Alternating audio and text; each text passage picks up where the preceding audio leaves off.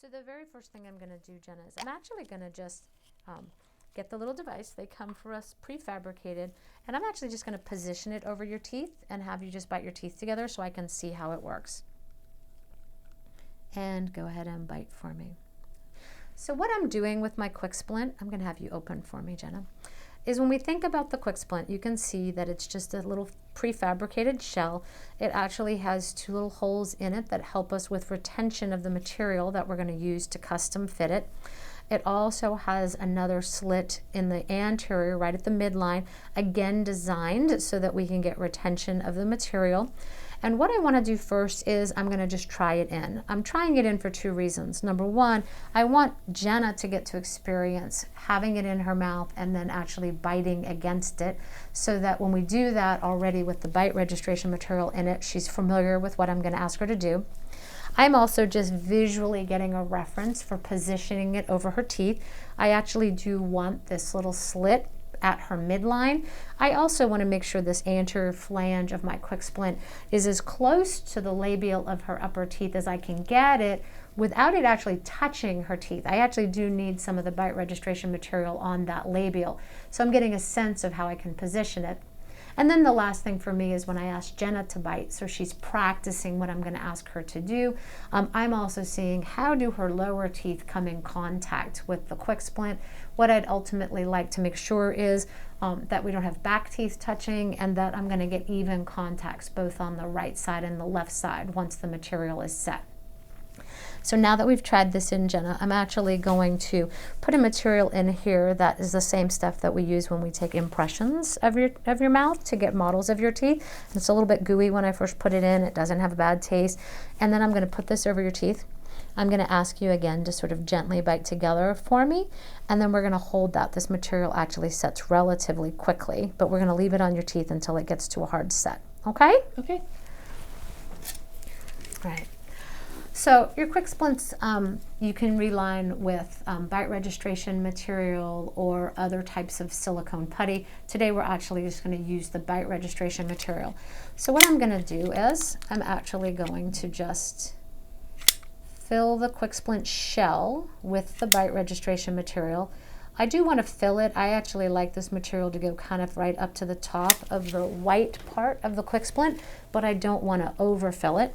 I'm going to have Jenna open for me again. I'm lining this up with the midline, positioning the anterior of the flange, and then I'm going to ask Jenna to gently close for me.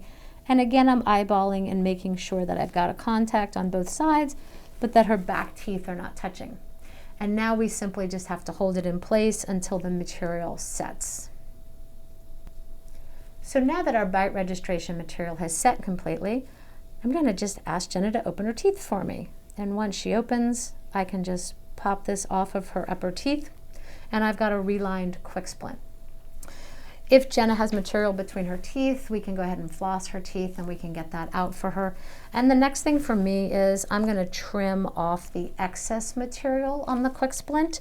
I don't want to carve it out of the areas that are designed for retention, but I do want to trim this material back so that when Jenna moves her bottom teeth around, she goes into her excursives, she's not actually getting stuck on the bite registration. It's not creating any rough spots for her to guide over. And we simply do that with a disposable Barb Parker or a blade. And then we're going to come back and we're just going to give this to Jenna with some quick instructions. So I'm just trimming off the excess that's on the lingual of the QuickSplint. I'm not shortening it, but I'm making sure that it's flush with the white plastic so that it's not an irritant to Jenna's tongue. Why am I not shortening it? Because it's going to actually help me with retention.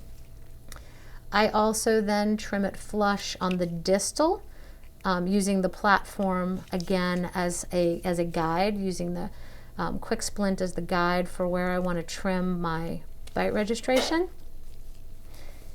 In this anterior in the midline, I want to make sure that this is trimmed flush, but I don't want to dig it out because it's going to help hold the bite registration.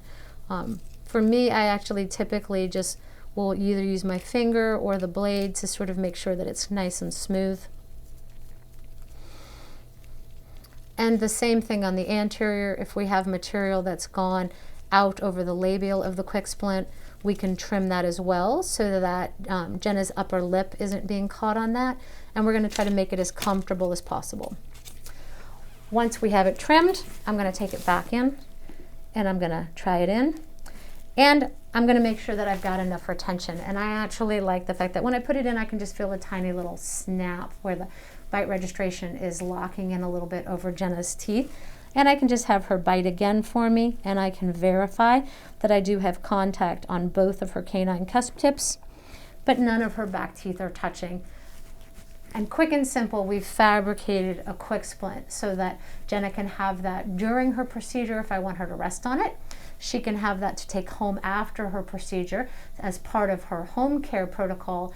And if Jenna was already post-op and experiencing some symptoms, we could actually use this as a therapeutic device to help her get better and get past that as quickly and efficiently as possible.